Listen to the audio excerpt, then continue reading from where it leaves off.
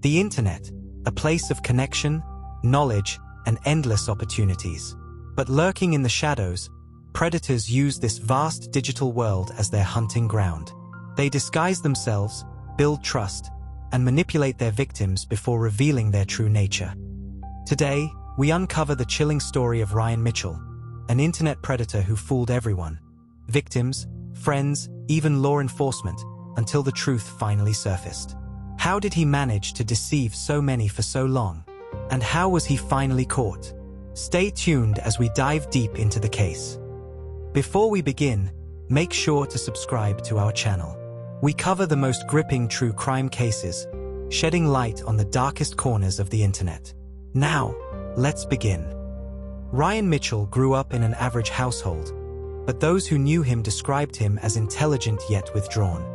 He could be charming when necessary but often preferred isolation. As he grew older, he discovered the internet, not as a place of connection, but as a tool for deception.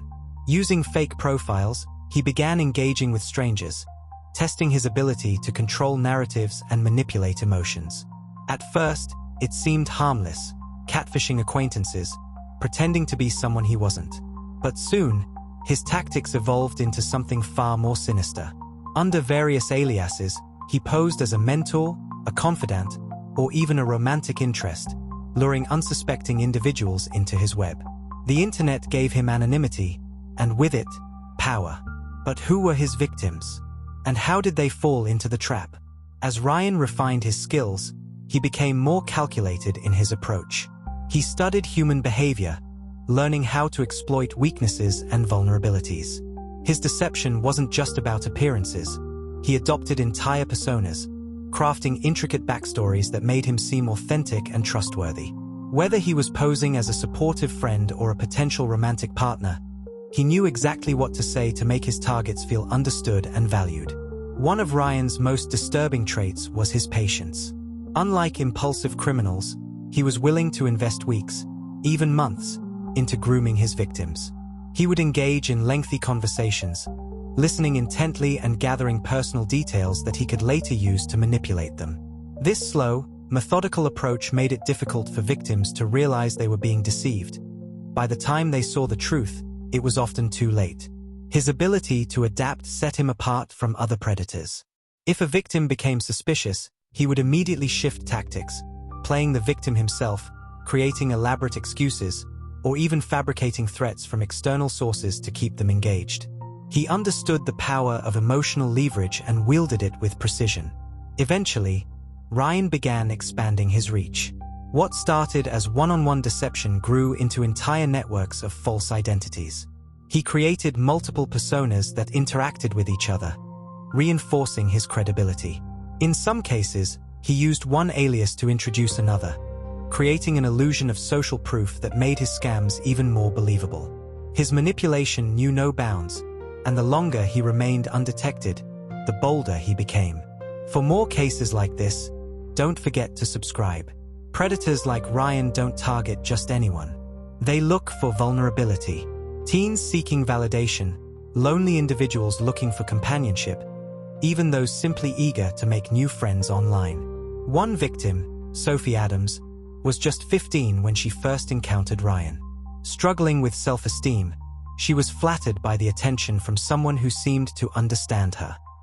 Little did she know, it was all a carefully crafted illusion. Another victim, Jake Turner, was an aspiring artist who thought he had found a mentor. But trust quickly turned to fear as Ryan's true intentions surfaced. Many victims blamed themselves, believing they had willingly walked into the trap. But the reality is, these predators are masters of manipulation. Understanding their tactics is crucial in preventing more tragedies. Ryan's web of deception extended beyond individuals. He infiltrated online communities, preying on those seeking support. He posed as a trusted member, offering advice, encouragement, and a listening ear. His victims believed they had found a safe space, unaware that their most vulnerable moments were being exploited for his gain. Some victims realized the truth too late. By the time they uncovered Ryan's deception, he had already gathered personal information, leaving them feeling trapped and powerless.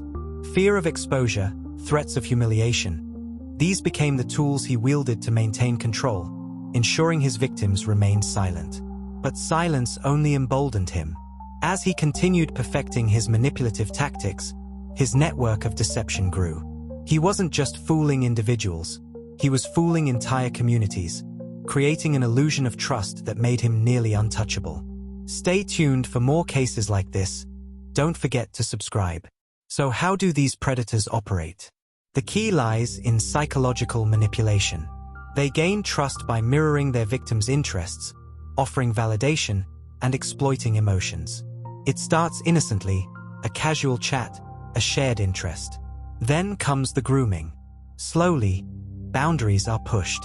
Requests for personal information, isolating the victim from others, establishing dependency, and finally, coercion. One chilling example: Ryan would use fake emergencies to guilt victims into compliance. "I need you. You're the only one I trust." These words became chains, trapping victims in psychological bondage. If you find this information valuable, consider subscribing. For years, Ryan operated unnoticed. But then, one victim decided to speak up. Authorities faced an uphill battle. Digital evidence was scarce, and Ryan had mastered the art of covering his tracks. Fake accounts, VPNs, deleted messages. It seemed impossible to catch him. But investigators didn't give up. Using digital forensics, they uncovered a trail of deception. One crucial mistake, a slip in an alias, a reused email, led them closer. The noose was tightening.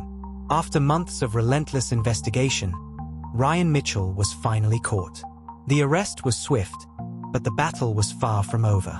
Authorities discovered an extensive network of false identities, meticulously maintained to deceive victims. His devices held troves of evidence, conversations, fabricated personas, and patterns of manipulation that spanned years. The case against him was strong, but prosecutors knew they had to ensure he couldn't slip through legal loopholes.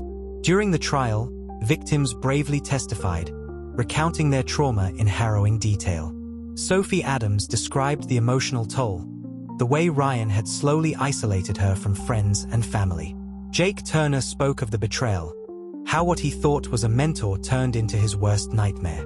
Some victims chose to remain anonymous, unable to relive the horrors in public, but their statements painted a chilling picture of Ryan's predatory nature.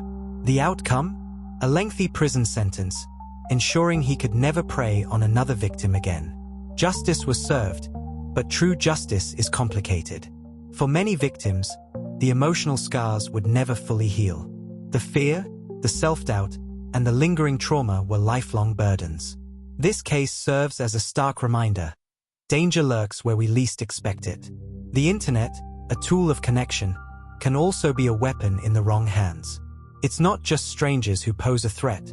Sometimes, the ones we trust the most are hiding the darkest secrets. What can we learn? Always question who you're talking to online. Trust your instincts.